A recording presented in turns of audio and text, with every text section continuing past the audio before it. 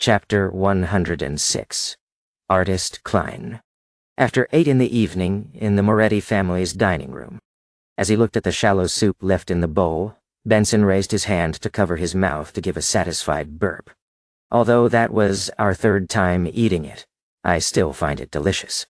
The sourness and sweetness of the tomato and the chewy texture of the oxtail blends into a perfect and unique flavor. Klein, I'm sorry that the Blackthorn Security Company caused Tingen City to lose such an outstanding chef.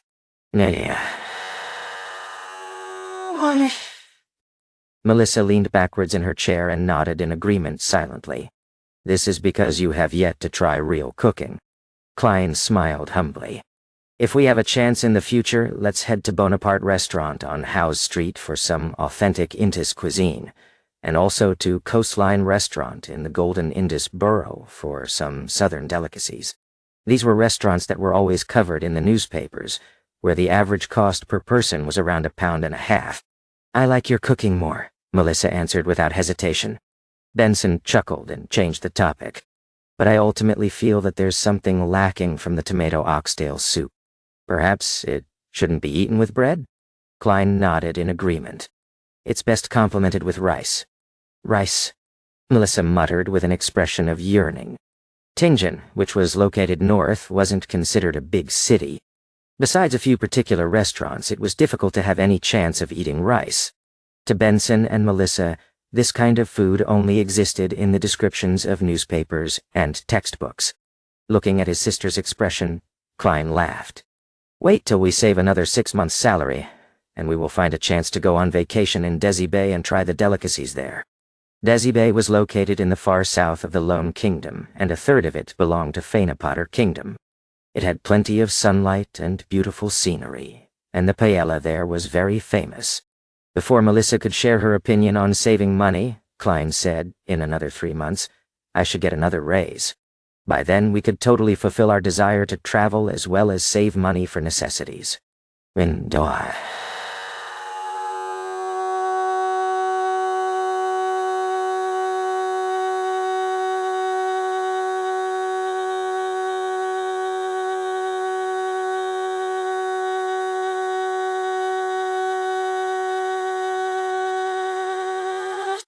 Why? Benson and Melissa's attention was redirected as expected.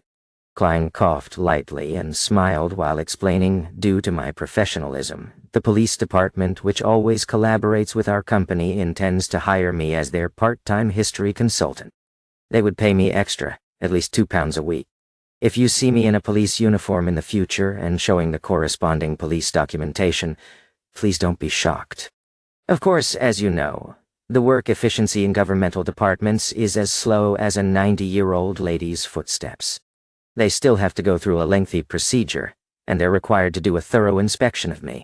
Hence, on my off days for the next 2 months, I'll be heading to Koi University quite often to see my mentor and the teaching staff I know to learn more. Natural. Seeing the shocked look in his brother and sister's eyes, he paused and said with a strange expression, just like Emperor Roselle said, one is never too old to learn. Benson maintained a few seconds of silence before saying in a half self-deprecating and half emotional manner, Is it too late for me to sign up for university?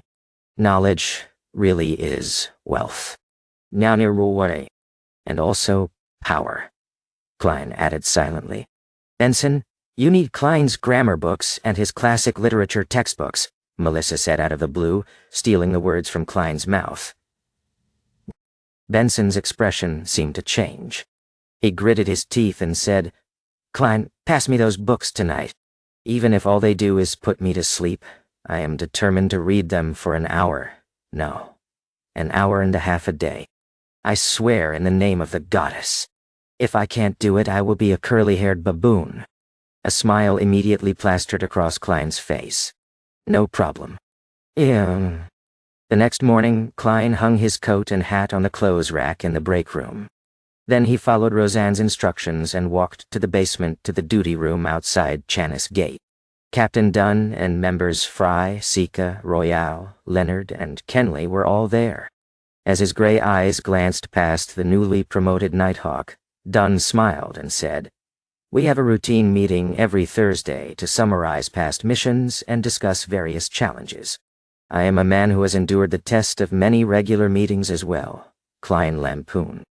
He found a seat and joked, "Do I need to introduce myself?" Dunn smiled and turned to look at Kenley. "Briefly tell us about the investigation of Sirius Erebus."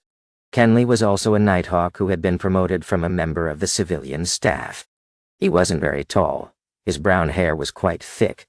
His body size was average. His muscles were very toned, and he looked like someone who was smart and capable.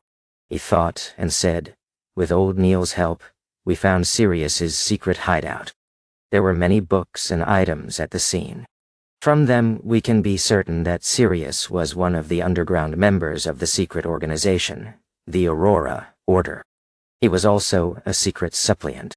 There's sufficient evidence to show that he and Hanas Vincent sold the Antigonus family notebook to Welch. Those who don't remember Welch can ask Klein about him. We found valuable items, including 3 sequence potion formulas, which are Sequence 9 Seer, Sequence 9 Apprentice, and Sequence 8 Clown. The subsequent task is to use Sirius's social circle, and the letters we found to locate other Outer Circle members of the Aurora Order. The focus of our search will be directed at the heretic who has infiltrated the police department. Also, people who were in contact with Hanas need to be reinvestigated." Dunn nodded lightly and looked towards Klein. "As you heard just now, we've obtained the clown potion formula, but are unable to determine if it's real. We have to wait for the Holy Cathedral to give us feedback. In the mission relating to the Aurora Order, you have made a crucial contribution. Plus, given that you shot a member of the Secret Order, it won't be long until you accrue enough contributions to be promoted. But I have to remind you that not everyone is like Daly.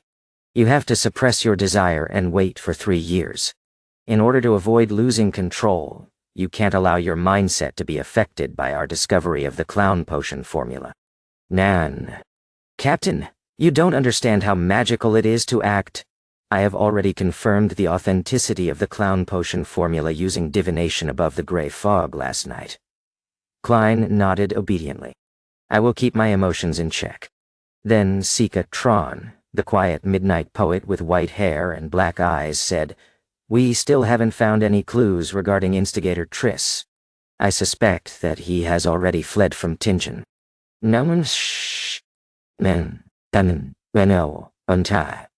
After they were done exchanging their new information, Klein left the duty room and found old Neil to continue his mysticism lessons. In the afternoon, he went over to his combat teacher, Gawain, to do basic strength, endurance, and overall coordination training. With the sun still up and bright at 5, Klein took off his training costume, took a quick shower, and changed into his original clothing.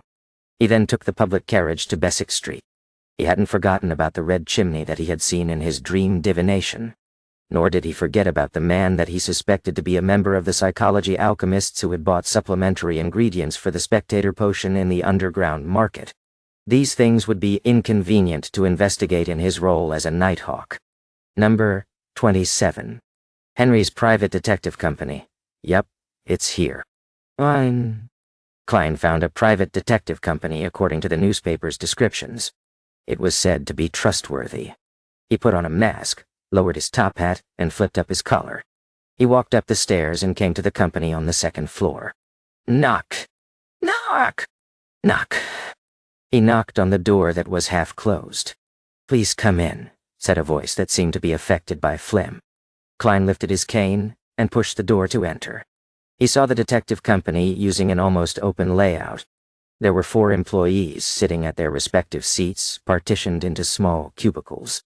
"Hi, I'm Detective Henry. How may I help you?" A man in a white shirt and black vest greeted him. He held a smoking pipe in his hand, and he had a prominent jawline, blade-like eyebrows, and dark blue eyes that sized up his client. Klein used the collar of his trench coat to block half of his face as he spoke. "I have 2 matters to entrust to you. How are your rates?" "That depends on the difficulty of the task." Detective Henry retracted his gaze and pointed towards the sofa in the guest area. "Let's talk over there." Klein followed him to the semi-partitioned area and sat on the single-seat sofa. He didn't take off his coat, Nor did he take off his hat and mask.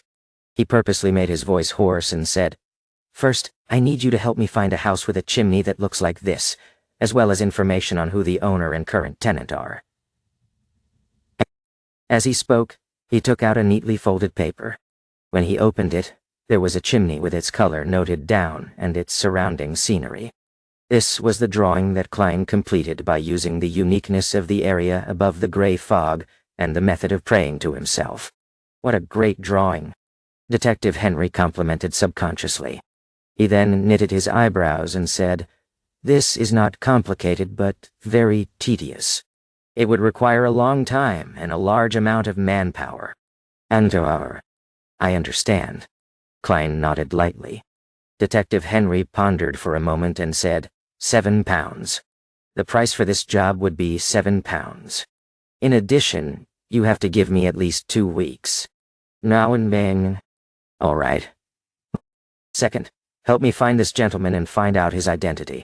The only thing I know is that he occasionally appears at the Evil Dragon Bar near the harbor borough. And he must not detect any men you send.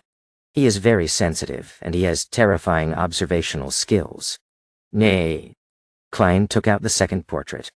He intended to get in touch with a member of the psychology alchemists to see if he could find any valuable information and materials. For example, perhaps a formula that could be exchanged with justice. £3. Such a mission would cost about £3 or £4. Your outstanding drawing skills will help my assistant and I save time, Detective Henry replied skillfully. £10 in total? Klein found the price upsetting. Detective Henry took a puff on his pipe and said, "Yes, and you need to put a deposit of £2. When there's progress, you'll need to pay another £3 to £5. The rest of the payment can be made when the mission is completed." Now. Then I shall come next week to check on your progress. Klein didn't haggle over the price to prevent the observant detective from remembering any of his characteristics. After they signed a standard contract, he took out 2 £1 notes and passed them to the detective. He only had £1 and 17 soldi left from his savings. As Detective Henry watched the man wearing a gauze mask and a black trench coat with its collar raised leave in a hurry, he had a suspicious look in his eyes as he smoked his pipe. Why is he looking for a house that has that kind of chimney? He must be an artist, or at least a professional sketch artist of some sort. In the afternoon, in Viscount Glaint's luxurious mansion, Audrey, with her maidservant in tow, followed etiquette and passed her hand to the host. She looked at him, giving her hand a quick peck. "Your beauty accentuates my salon." Glaint first gave a compliment as usual. Then he lowered his voice and said, "That lady is already here. She's a beyonder, and also an author." 1.